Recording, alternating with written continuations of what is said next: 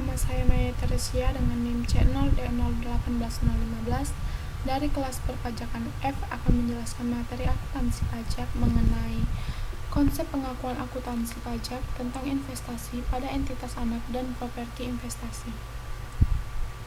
Baiklah, akuntansi pajak atas perolehan aset tetap.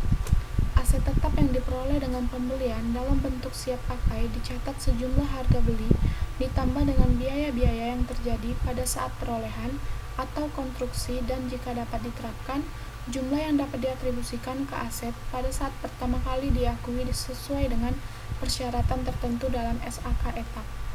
Sedangkan apabila terdapat hubungan istimewa adalah jumlah yang seharusnya dikeluarkan atau diterima, adanya hubungan istimewa antara pembeli dan penjual menyebabkan harga perolehan menjadi lebih besar atau lebih kecil dibandingkan dengan jual beli tersebut, tidak dipengaruhi oleh hubungan istimewa.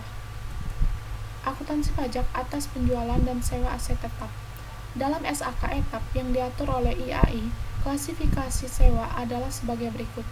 Yang pertama, sewa pembiayaan adalah suatu sewa diklasifikasikan sebagai sewa pembiayaan apabila sewa tersebut mengalihkan secara substansial seluruh manfaat dan risiko kepemilikan aset. Yang kedua, sewa operasi, suatu sewa yang diklasifikasikan sebagai sewa operasi apabila dalam sewa tersebut tidak mengalihkan secara substansial seluruh manfaat dan risiko kepemilikan aset. Dan yang ketiga, transaksi jual dan sewa balik.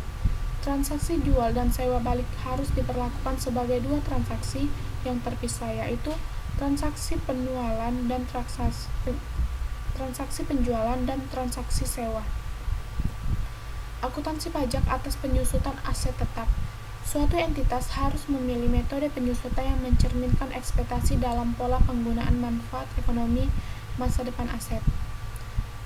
Metode penyusutan yang diperbolehkan dalam ketentuan perpajakan adalah sebagai berikut. Yang pertama, metode garis lurus, dan yang kedua, metode saldo penurun. Menurut peraturan perpajakan, penyusutan aset tetap dimulai pada tahun pengeluaran untuk tahun 2000 dan sebelumnya, yaitu Undang-Undang PPH Nomor 17 Tahun 2000 sampai dengan sekarang Undang-Undang PPH Nomor 36 Tahun 2008. Penyusutan dimulai pada saat bulan pengeluaran aset tetap tersebut, kecuali apabila aset yang masih dalam proses pengerjaan, yaitu pada bulan selesainya pengerjaan aset tersebut. Akuntansi pajak atas pertukaran aset tetap. Dalam SAK etap yang diatur oleh IAI, apabila aset tetap diperoleh melalui pertukaran dengan aset non-moneter atau kombinasi aset moneter dan aset non-moneter, maka biaya perolehan diukur pada nilai wajar kecuali yang pertama, transaksi pertukaran tidak memiliki substansial komersial, atau yang kedua, nilai wajar aset yang diterima atau aset yang diserahkan tidak dapat diukur secara andal, maka biaya perolehan diukur pada jumlah tercatat aset yang diserahkan. Harta yang diperoleh berdasarkan transaksi tukar-menukar dengan harta lain, maka nilai perolehan adalah jumlah yang seharusnya dikeluarkan atau diterima berdasarkan harga pasar. Baiklah, yang terakhir, akuntansi pajak atas revaluasi aset tetap. Revaluasi aset tetap adalah suatu penilaian kembali aset tetap yang dimiliki perusahaan sehingga sesuai dengan harga pasar saat dilakukannya revaluasi tersebut. Dalam akuntansi, revaluasi aset tetap pada umumnya tidak diperkenankan.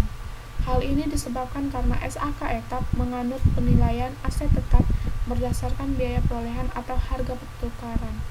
Sekian, terima kasih.